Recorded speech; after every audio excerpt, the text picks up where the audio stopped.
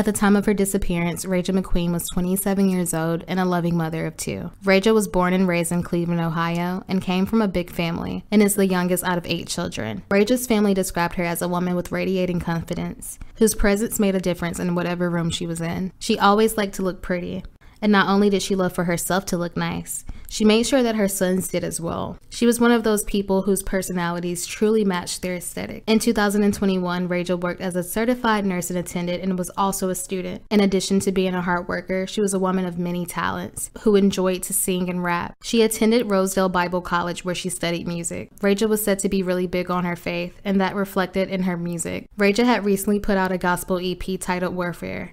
Rajah was very open about her faith on social media and even wrote on her Facebook page that her songs were testimonies of her life. She had recently got a divorce and lost her brother. Both of these things weighed heavy in her heart, but she was turning all of her pain into purpose, which is a reason why her family does not believe she vanished on her own accord. Rajah was back in Cleveland on summer break from school, which is located about 2 hours away from Cleveland. According to her sister, on Friday, June 25th, she spent majority of her day hanging out at her mom's house and things were pretty normal. But by night, Rajah told her mother that she was going to go visit a friend and she left in her 2018 Nissan Sentra. The time that Rajah left was unclear, but by midnight, Rajah called her mother stating that she was still with that friend. That was the last time Rajah's family has been in touch with her. The following Saturday, Rajah's family members became worried after they hadn't heard from her. They had called her phone several times, but it went straight to voicemail. Now, this was unlike Rajah. Rajah was very close with her family, and they talked majority of the day, so not hearing from her all day was very strange.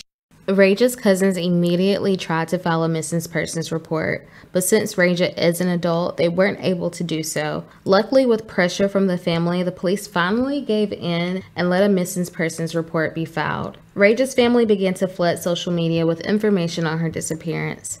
As days went by, their sense of worrying started to increase. Not only was there no sign of Rajah, there was no sign of her car either. This was totally out of Rajah's character. She would never go long without checking in with her kids or her family. Rajah's mom was diagnosed with cancer and they always kept in touch with each other. The early days of her disappearance, Rajah's family was left to look for her on their own. They went door to door in hopes of getting some new information about Rajah. But like I said earlier, with pressure from Rajah's family, police did eventually get involved, but still there was no sign of Rajah. 3 weeks after Rajah's disappearance, her family held a vigil. And it was around that same time the local news outlets began to cover Rajah's disappearance. The initial lack of involvement from the Cleveland police frustrated her family. They felt as if authorities didn't give Rajah's case the attention it needed. For months, the family has passed out flyers, gone door to door, and looked for answers themselves.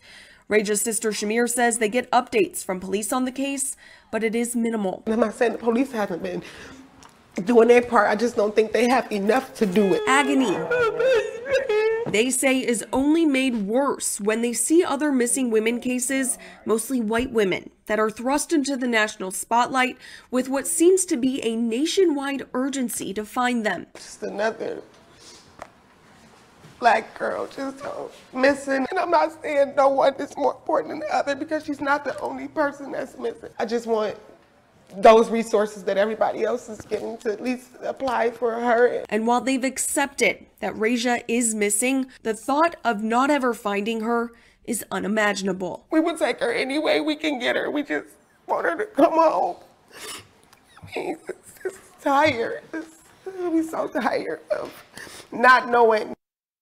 In July 2021, Rajah's sister Shamir was interviewed by Court TV. During the interview, she was asked if they had reached out to the friend that Rajah went to go see that night she went missing. Shamir stated that she did get in touch with that friend, and the friend had said that they had last seen Rajah Thursday night, but then later stated that they saw Rajah Friday night, going into Saturday, and they haven't seen her since. Shamir never revealed whether the friend was a woman or man, or if this person was of interest, but she did state during the interview that the FBI had started to get involved with the case. But this didn't really give Rajah's family any hope because weeks had went by and there were still no new details available. As months went by, local media coverage began to die down, but investigators were still working to locate Rajah. Rajah's whereabouts before her sudden disappearance were still unknown. No new witnesses came forward with any new information either. Rajah's family didn't give up hope, though. They continued to search for Rajah, passing out flyers and still flooding social media. 3 months into Rajah's disappearance, her family and Cleveland police revealed some new information in an interview. Surveillance cameras showed that Rajah was last seen on June 26, 2021 in Cleveland, Ohio, on the corner of Harvard Avenue and 131st Street at a gas station at around 7:30 a.m. Rajah was reportedly in the passenger seat of her silver 2018 Nissan Sentra. A little after 11 a.m. that same day, the Nissan was recorded by a surveillance camera driving down Harvard Avenue again, but this time headed in the direction of Broadway Avenue. Okay, so initially it was reported that a close examination of the footage showed that not only was Rajah not the person driving, but there was a bullet hole in the rear passenger door that wasn't there earlier on in the day. And to disguise the car, the license plates had been covered and the hubcaps had been removed. But more recently, in 2022, it had been revealed that there was not only one bullet hole in Rajah's vehicle, but 3. They had told the public that it was only one bullet hole in the fall of 2021 for discretion. Now, I got that new information from an article where Rajah's cousin Alicia shared some new information. In the interview, Alicia shared that the police have identified the person who was with Alicia that day she disappeared, but they are not yet ready to share that with the public. She also stated that the detective working on the case has been extremely compassionate and diligent with updating Rajah's family on new information, but right now there aren't many leads because no one is talking. As this case unfolds, I will continue to update you all. Rajah still remains missing today and her case still remains unsolved. Sophie Reeder was last seen pacing on the floor of her father's Fort Lauderdale home late Friday night on May 19, 2017. At some time between 10 p.m. and 11 p.m., he told her to go to bed. But when he woke up the next Saturday morning, May 20th, 15-year-old Sophie was not in the home. When Sophie's father went into her room, he noticed a candle still burning and her laptop on her bed. He initially thought that Sophie had went to go to a friend's house and then she may have went to go stay at her mother's house. But after making a few phone calls, he learned that that wasn't the case. When her loved ones couldn't get a hold of her, they reported her missing on May 22nd. Sophie had ran away once before in the past, but only for one day. But after a search in her bedroom, investigators didn't believe her disappearance was voluntary. Sophie had 2 cell phones, one which she left behind in her room, along with $300 in a bag and a burning candle. Sophie also had a calendar on her wall in her bedroom with May 19 crossed out, which indicates she may have had something planned for that day. A search on Sophie's laptop showed that she had been visiting sugar daddy websites and had been in chat rooms with older men. Her mother also searched her room and found drugs, alcohol, stockings, and garter belts, all believed to be Sophie's. Now, her mother, Nicole, couldn't believe that Sophie would think to bring those things into her home, and she stated that Sophie may have gotten a hold of the wrong crowd. A neighborhood surveillance camera showed Sophie walking alone down the street near West Davie Boulevard. Sophie was wearing a black mini dress, a fur coat, Converse sneakers, light-colored headphones, and carrying a backpack or a large purse. Now, nothing seemed out of the ordinary during her walk. She seemed calm and in no hurry.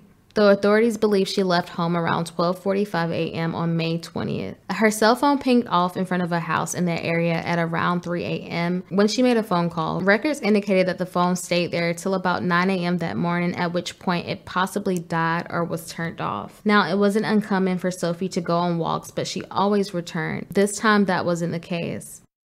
Sophie Reeder was born on February 19, 2002 to her mother and dad, Patrick Reeder and Nicole Twist. Her parents divorced when she was very young, and at the time Sophie was living with her father and taking online classes from home. Sophie's parents also stated that she dealt with depression and anxiety, although reports vary on whether she was diagnosed or not. Some reports state that her mental illness was a reason why she was taking online classes. Although Sophie took online classes, she frequently hung around the Stranahan High School where she attended for a short time. Her family believes that Sophie attending school virtually took a toll on her. Her father, Patrick, states that he may have missed some of the warning signs regarding Sophie's behavior. Before Sophie went missing, she got arrested for shoplifting alcohol, and she also got into a fight. Patrick says that 2 months before his daughter disappeared, he told her that he was going to send her to boarding school, and she got upset. Sophie had lived with her mother until the age of 12, but Sophie felt as if her living with her dad was better because he was more lenient. Her mother stated in a forum that Sophie wanted freedom and she didn't like to be told what to do. Authorities do not believe she went missing by choice. The evidence on Sophie's computer led authorities to believe that she may have been a victim of a human trafficker or another online predator. Sophie had visited websites dedicated to finding sugar daddies. Investigators think that she was in contact with 2 men in the vicinity of where her phone last pinged. The men were involved in drugs and trafficking. 2 months after Sophie disappeared, there was a search of the 2 men's home. The residence was traced back to 3 brothers, Anthony, Jeremiah, and Leonard Jennings.